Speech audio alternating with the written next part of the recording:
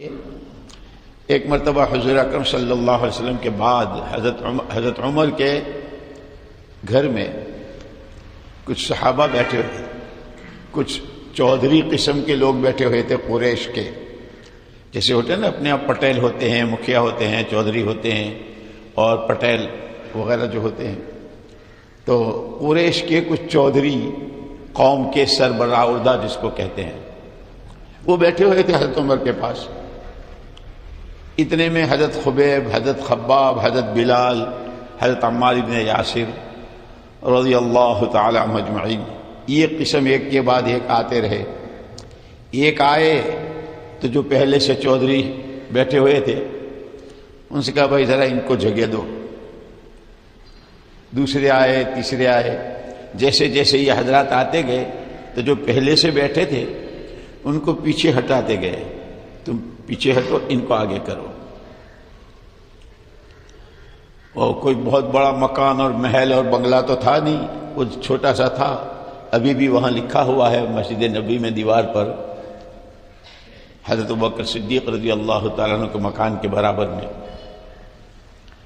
ہذہ خوخۃ عمر، یہ عمر کی کٹیا ہے، عمر کی جھگی لکھا ہوا ہے۔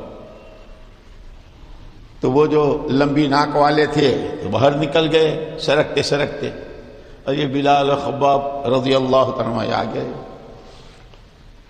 تو جن کی تھوڑی سی عزت ہوتی ہے نا، تھوڑی سی، وہ کرسی پر بیٹھا ہو تو بڑھ گئی، نے نیچے اتار دیا تو چلی گئی، ایسی ہوتی ہے ان کی۔ دو پیسے آ گئے تو عزت ہو گئی، دو پیسے ہاتھ سے نکل گئے تو عزت چلی گئی۔ تو وہ ایسے ہی تھے قریش کے سردار۔ ان میں سے ایک کو غصہ آیا اور پیچھے سے بولنے لگا، مال عمر، مال عمر یدعنا یدعو عبیدنا، ارے اسے عمر کو کیا ہو گیا ہے، ہم کو پیچھے دھکیل رہا ہے، اور یہ کل کو جو ہمارے غلام تھے جن کو ہم پیٹا کرتے تھے، مارا کرتے تھے، ان کو آگے بڑھا رہا ہے۔ تو حضرت عمر کو چھیڑنا کوئی آسان تھا؟ کسرا بھی تھراتا تھا، آدھی دنیا کا مالک عمر کے نام سے۔ اور حضور اکرم صلی اللہ علیہ وسلم کا ارشاد ہے کہ جس راستے سے عمر جائیں گے شیطان اس راستے سے نہیں جا سکتا، شیطان کی بھی ماں مرتی ہے حضرت عمر کے نام سے۔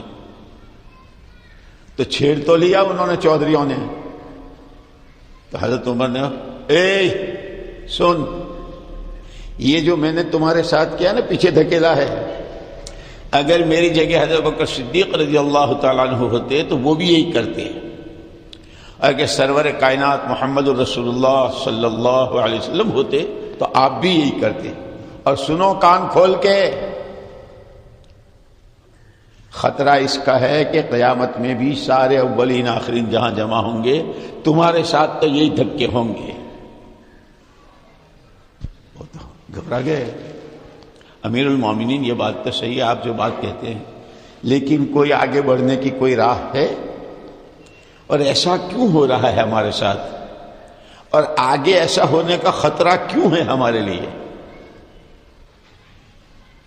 اس پر حضرت عمر فاروق رضی اللہ تعالیٰ عنہ نے فرمایا کہ ہاں، حضور اکرم صلی اللہ علیہ وسلم کے سر مبارک پر جب نبوت کا تاج رکھا گیا اور آپ کو دعوت کی ذمہ داری دی گئی کہ آپ کو اپنی ذات سے بھی کرنا ہے اور اللہ کے ہر بندے اور بندی کو اللہ کا تعارف کرانا، اللہ سے وابستہ کرنا، اللہ کی طرف رجوع کرنے والا ہر ایک بن جائے، اس کی محنت، اس کی دعوت یہ آپ کی ذمہ داری ہے۔ تو حضور اکرم صلی اللہ علیہ وسلم نے اس ذمہ داری کو پورا کرنے کے لیے صفا کے قریب لوگوں کو جمع کیا تھا، فلاں قبیلے والے ہو، فلاں خاندان والوں، فلاں قبیلے والے، تم بھی آ جاؤ، تم بھی آ جاؤ، تم سب آئے تھے۔ تو اس وقت حضور اکرم صلی اللہ علیہ وسلم نے جب ایمان کی دعوت دی تھی اور کلمہ پڑھنے کو کہا تھا تو تم تو اپنی ناک کے مروڑ میں رہ گئے، ہم تو بہت بڑے باپ کے بیٹے ہیں، ہمارا خاندان تو بہت اونچا ہے، ہم کہاں یہ باتیں کہیں گے، ہمارے آبا اجداد نے تو وہ سکھایا ہم کو۔ تو وہ بھاگ لیے۔ اور یہ ان کی پٹائیاں ہوئی، ان کو ریت پر گھسیٹا گیا، ان کے سینوں پر چٹانیں رکھی گئی، ان کی چربیوں سے آگ کے انگارے بجھے، لیکن یہ کلمے سے پھرے نہیں۔ اللہ ایک ہے، اسی کے قبضے قدرت میں سب کچھ ہے۔ محمد الرسول اللہ صلی اللہ علیہ وسلم اللہ کے نبی برحق ہیں۔ اللہ حق، اللہ کی ہر بات حق، محمد صلی اللہ علیہ وسلم حق، آپ کا ہر ارشاد کہ تم ناک کے مروڑے میں رہے، تم تو بھاگ لیے تھے اور یہ پیٹتے رہے اور کلمہ اپنا ایمان اپنا بناتے رہے۔ امیر المومنین، کوئی شکل ایسی ہو سکتی ہے کہ اب ہم ان سے آگے تو نہیں آ سکتے، ان سے آگے تو نہیں بڑھ سکتے، ان کا درجہ ان کا رتبہ تو نہیں لے سکتے، کم سے کم قیامت کے اس بھرچک میدان کی شرمندگی سے بچ جائیں کہ وہاں سب کے سامنے ہمیں ان کے پیچھے نہ دھکیل دیا جائے۔ یہ جو صحابہ کرام رضوان اللہ تجمعین کے واقعات اور جو سیرت ہے حضور کی، صحابہ کی، یہ خالی بول دینے کے لیے اور سن لینے کے لیے اور یاد کر لینے کے لیے نہیں ہے۔ سیرت کے معنی ہی ہیں چلنا، کہ جو زندگی حضور اکرم صلی اللہ علیہ وسلم نے چل کر، جو زندگی صحابہ کرام رضوان اللہ تعالی علیہم نے عملی طور پر کر گزار کر چل کر دکھائی ہے، بعد والوں کو اس پر چلنا ہے۔ جب انہوں نے یہ کہا کہ اس دن کی رسوائی سے بچ جائیں، اس کی کوئی ترکیب، کوئی راستہ ہو، تو اس پر حضرت عمر فاروق رضی اللہ تعالیٰ عنہ نے فرمایا کہ ہاں، اس کی بھی گارنٹی تو نہیں، ضمانت نہیں، لیکن امید کی جا سکتی ہے۔ اللہ پاک بہت رؤوف رحیم ہے، غفور رحیم ہے۔ جب بندے کو اپنے گناہوں پر ندامت ہوتی ہے، ہائے ہم نے کیا کیا، ہمیں کرنا کیا چاہیے تھا، ہمیں بھی نبی کی بات پر لبیک کہنی تھی، ہمیں بھی نبی کا کلمہ پڑھنا تھا، ہمیں بھی نبی والی زندگی گزارنی تھی، لیکن ہم اپنی مونچھوں کے مروڑے ہی میں رہ گئے۔ اوہو، ہم سے، کیونکہ جب آدمی کے اندر ندامت پیدا ہو جاتی ہے اپنے گناہوں کی، پھر اللہ پاک بہت نوازتے ہیں۔ بلکہ علماء نے تو یہاں لکھا ہے کہ بعض مرتبہ لوگوں کو ان کی نفلی عبادات اتنا اللہ کا قرب نہیں دلاتی جتنا ان کا تنہائی میں اپنے گناہوں پر رونا اور آنسو بہانا۔ پروردگار بہت گنہگار ہوں، بہت نافرمان، آپ نے مجھے اپنا بندہ بنایا، اپنے نبی کا امتی بنایا، آپ نے مجھے قرآن دیا، آپ نے مجھے دین کی محنت دی، میں سب کے کام آیا، میرا وقت، میرا پیسہ، میری صلاحیت نہیں۔ پروردگار آپ کا دین مٹتا رہا، میری آنکھ سے کبھی آنسو نہیں نکلے، میرے گھر میں مٹتا رہا، میرے خاندان میں، میرے محلے میں مٹتا رہا، اور میرے ناشتے میں کوئی فرق آیا نہ میرے کھانے میں کوئی فرق آیا، میں اپنی رانے بجاتا رہا، اپنے بغلے بجاتا رہا اور ٹھاٹھ میں رہا۔ پروردگار مجھ سا کوئی مجرم نہیں، تیرا دین، تیرے نبی کی سنتیں، اس کے جنازے، اس کو گھروں سے دھکے، اللہ مجھے معاف کر دے۔ کہ بعض مرتبہ جب کسی بندے پر ندامت آتی ہے، کرنا کیا چاہیے تھا، کیا کیا ہے، لگنا کہاں تھا، کہاں لگا ہوں، سوچنا کیا تھا، میں کیا سوچتا رہا، اے اللہ مجھے معاف کر دے۔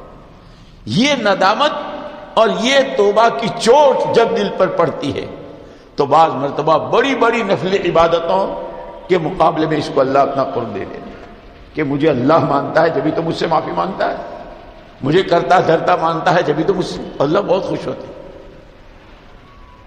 تو حضرت عمر فاروق رضی اللہ تعالیٰ عنہ نے ان کو یہ بتایا